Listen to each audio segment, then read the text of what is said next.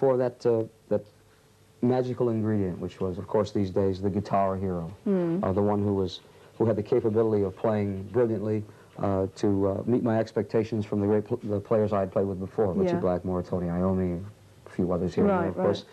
And the missing ingredient was Vivian Campbell. And we came over here and found him through Jimmy. Jimmy had seen him play in a band called Sweet Savage in Ireland, Viv's from Belfast. And he came down for an audition with us, never thinking that he was going to get it. So he was full of confidence. And then when we told him that he had it, he suddenly turned to jelly, and that was the end of it. But that was the other ingredient that we needed. We found Viv, so now we've become a family and a band. Yeah, because I remember reading somewhere that you also said that another important ingredient is that you all get on, and in fact you probably look for that before anything else? We did look for that first, yeah. Well, Vinny, there was no problem with Vinny. He was my best friend in Sabbath, and Jimmy was my best friend in Rainbow. And Vivian we hadn't known, of course, but we could tell immediately that he was going to be one of those kind of people. Because truthfulness is really what's kept this band together, and we'll keep it together. We really care for each other a lot. That's great. Sounds a bit maudlin, but... No, not at all. What about Claude Schnell? I mean, is he a full-time member? Yeah, Claude has been finally initiated into the Dio camp. We've taken him from the side of the stage instead of hiding him behind the... curtain. The curtain. Claude is now going to be an almost full-fledged member of the visuals that you see. Yeah. Oh, that's good. Now, your third album, you've just been recording that, Sacred Heart. How's that going? When are we going to... Well, it's finished. It'll be released sometime around the early part of August. I think it's the 12th or 13th, something like that. How do you feel about it? Very, very pleased. You produced it, of course. Yeah. I couldn't be happier with it. I think it shows great progression in the band, the confidence that the players have now within what we've created, and the reaction from the people we play for has been fantastic, too. So we feel real confident about it. Are the lyrics mysterical? Yes. Yeah, that's my claim to fame, I guess, being Mr. Mystery, Mr. Fantasy. I do that because I think that we've got enough awfulness in the world. Every time you pick up a newspaper, it's someone's being murdered or dragged behind a bush somewhere. And I think it's about time we use our imagination and live some of our dreams instead, even if it's just for a little while of, you know, escapism. Look forward to hearing that. Let's have a look at your video now. This is Dio coming up. This is Mystery. Dio and Mystery, and I'm talking to Ronnie James Dio. Ronnie, do you write, like the band, do they write individually or do you write as a team? Well, we write in different ways. I write some of the things alone. Vivian and I share some of them. Jimmy and I share some of them. And we do it, again, collectively between Jimmy and myself and Vivian. We also have credits from the drummer, too, Vinny Appice. He may not physically sit down and put pen to paper, but he is there all the time. I think he deserves the credit for perhaps booting us up the behind to make it all happen. Do you, I mean, you've got no set routine, like one writes the lyrics, one writes the... I write all the lyrics. You write all the lyrics? Melodies, yeah. I see, And we write the others in varying forms. Yeah. Talking of writing, you wrote that single, Hungry for Heaven, for the as a soundtrack for the film Vision Quest. Why didn't you release that as a single? It was released as a single in Europe. It was not released, has not yet been released as a single here. In fact, I don't even know if the film has been released here. Do you know if it has or not? I haven't seen it here, no. I've not either. I assume that it hasn't been released here. We wanted the first single from Sacred Heart to be not quite so poppy. I'm not really all that taken by those kind of songs. No. We didn't want people to think that that was going to be a reflection of the rest of the LP. So therefore, our choice was a song called Rock and Roll Children, which is a little bit more true to the concept of the entire album, even though it's not a concept album. The song Hungry for Heaven was written specifically for the film Vision Quest, so it has a purpose in it. If it were not written for that, you probably wouldn't see it appearing on the album. I probably never would have written it, and if I had written it, I probably would have burned it. Because I'm very adamant about things like that. Yeah, I'm sorry, I don't mean to be so mean about all that. Oh, no, not at all. Journey, of course, had Only the Lonely released. Yes, and Madonna had Crazy for You. Sure, yeah. And I think there was another Madonna track on there, too. But everything that she's done lately has turned to gold. Sure, yeah. The film, it was enjoyable to do it. It wasn't my idea of a classic film, and here I am, of course, tearing down the film industry, and I'm sure Vision Quest will lose all kinds of money here, but one must say what one must say. You know. You chose the next video. Tell us about it. Why? The next video, I think, has so many incredible effects in it. The song, I think, is a brilliant production. I don't think that the song itself is ever going to stand as an incredible rock classic, but within the framework of what they've done just as a video, I'm trying to think of the the producer and director of this. It was Steve Levine, I think his name was, yeah. Who did a brilliant job on this video. I think that the Mad Hatter concept that they've taken it through with, and especially the very end of it, and for those of you who have not seen the very end of it, I don't want to give it away. I just think that it's all so well done. Let's have a look at it. It's really classic. Introduce it, Ronnie. Well, it's by Tom Petty and the Heartbreakers, and it's called Don't Come Around Here No More, or there either. Charming. Tom Petty and Just Don't Come Around Here No More, chosen by Ronnie James Dio. Ronnie, I mean, obviously that was great success, that Live Aid gig on Saturday. It was brilliant. Oh, absolutely. And the Band Aid, I mean, they were all getting money together for Ethiopia.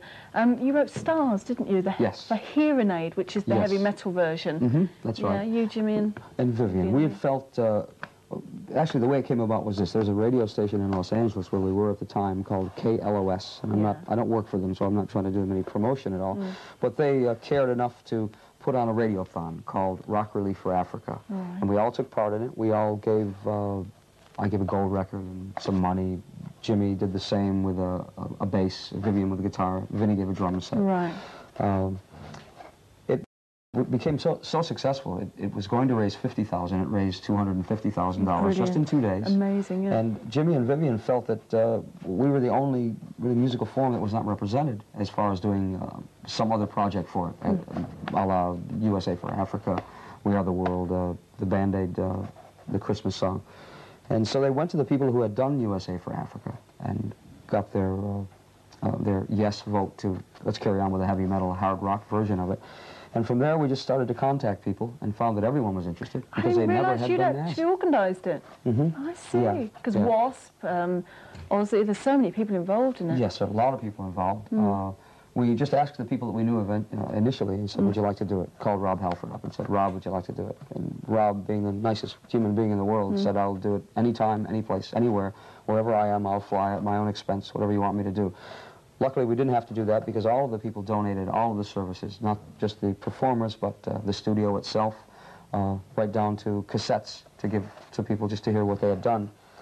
We did it over the course of 2 days with about 10 vocalists, 10 guitar players. We did it at the same studio that We Are the World was done, at A&M Studios. That's incredible, all being together. Oh, it was like, I've equated it to having the nicest piece of dessert that you could ever imagine, just being stuffed down your throat for 2 days. It was absolutely wonderful. I initially did not want to get too involved in it because we were doing our own project, we were doing our own album, and I thought that it might take a lot of time out of it. But once the involvement came, being the aggressive little person that I am, I grabbed a lot of control from everyone, and we carried on. It was something that I shall never forget, and I've completely changed my opinion about a lot of people in this world. I think that the love that they who have always been castigated for being rebels and rabble-rousers of some kind are just the world's greatest human beings. And its purpose, of course, is to make all the money we possibly can. We who wrote the song have given it all to the project. We make nothing from this at all, nor do we want to. We want it all to go to contribute financially. Yeah, and there will be an album from it, and there will be a single called, of course, Stars. And the idea of the stars is that whenever you're cold and lonely and look up into the sky and see a star, just picture it as a starving face. If you do that, you'll always be reminded that there are people suffering so much more greatly than we are. Maybe we'll do something about it. And by doing it, you can become a star too. Thanks, Ronnie. I've chosen this next video. My choice now. This is Dio, We Rock. We Rock from Dio. We've got closer and closer again, haven't we? Well, I'm going to be sitting on your lap between the next video. I certainly hope so. Ronnie, tell us about the other people involved in the Hearing Aid project. We used, let's see, I mentioned myself, of course, as usual. First. Myself, Rob Halford was one of the singers, Jeff Tate from Queensryche, Eric Bloom from Blue Oyster Cult, Dave Manchetti from Y&T, Kevin DeBro from Quiet Riot, Paul Shortino from a young band called Rough Cut. I know I'm forgetting someone, of course I am. I said Ozzy earlier. Well, we're hoping for Ozzy. Yeah. Ozzy's doing Live Aid in Philadelphia. That's right, yeah. Or has really done it, hasn't he? He's done it, yes. He's done it on Saturday. Yeah. Wonderful, too. We're hoping for Ozzy. I'm doing Jimmy Page as well. We're hoping for Dee Snider and John Bon Jovi. Oh, brilliant, yeah. So whoever wants to contribute, it doesn't matter. I mean, if Mickey Mouse decides to come out of the woodwork and do something, or if Walt Disney could be resurrected, and I wish he could, whoever's doing it, it doesn't matter, as long as they're doing it for the proper reason, and they are. And we've really had this chance to show that heavy metal people aren't bimbos, really. You know. What about releasing the track, Stars? Did you, well, it will be a single first on, who knows what label, maybe Phonogram, perhaps? Yeah, I hope so. It's my parent label, and I think they're wonderful people, and they have offered to do it. It's unfortunately beyond my control. I don't deal with that. I'm only trying to deal with the product itself, the musical product. That's enough, but I hope isn't it is. Yeah, but sometimes it's never enough. You know, I used to think that, yeah, it's always enough. I've done my part, that's enough. Now I can go home and be happy with myself. It's not true. I think once we stop caring, then that's when another mouth is going to starve, and I don't want to see that happen. So my involvement is going to continue with this throughout my life now. It's really, it's changed me a lot. Not to the point where I'm that much of a different person. I certainly won't, it won't change my music, but it's opened my eyes and made me aware of the fact that it's happened. Just through this project? Yeah, and it's not so much that I didn't realize that there were people suffering out there. What I really didn't understand was that you could do something about it. Yeah. Not just wall yourself up within your own confines. Open yourself up and give a little bit more. That's something I didn't realize before, that it could be done. And Bob Geldof proved that it could be done. And all the nice people involved proved that it could be done. So we'll continue to prove that it can always be done. And hooray for all the people who cared. Great. We're going to put another video that you've chosen again now. Why did you choose this? Well, this is not exactly my favorite all-time heavy rock band or heavy metal band, although there are a few people in the band that I respect incredibly. One happens to be the guitar player, who has been a real moving force in changing guitar playing attitudes. I just think that the video itself is done so tongue-in-cheek, and that the main character in this, who is David Lee Roth, is a really incredible person. Just as a personality, he's very outspoken, he's very brash, he's somewhat the bad boy of rock and roll, but he's able to take a laugh out of himself. Right. This is Van Halen, and the song is called Hot for Teacher. For Leslie and Derby. Hot for Teacher, Van Halen, who's sadly split up. Yes. Shame, isn't it? Yes, it is. It's too bad. Ronnie, you're very busy, obviously. How on earth do you relax? Well, I found the perfect way to relax this time. I had my appendix removed about 10 days ago. And it's the only opportunity I've had to relax in about 10 years. That's the truth. Really? Yeah. How long were you in there for? Not long enough. Only 3 days. Yes, I only had 3 days of relaxation. It was wonderful. I could sleep whenever I wanted to. No one could bother me. Yeah. I could moan and cry, and everyone catered to me. It was great. And you just finished your album as well, so you had no worries. Yes, it was on the last day. It was all done. The body had said, that's it. Time to have your appendix out. It was great. Actually, 3 days isn't bad, is it? No, it's very good. All the new technology is really incredible now. Yeah. It really is. Very pleased. Another video you chose, Accept, Midnight Mover. Why? Well, it used 17 cameras in this one, which is, of course, very unusual. And it was also done, directed by someone whose name that only I and he can pronounce, and that's Zbigniew Rybczynski.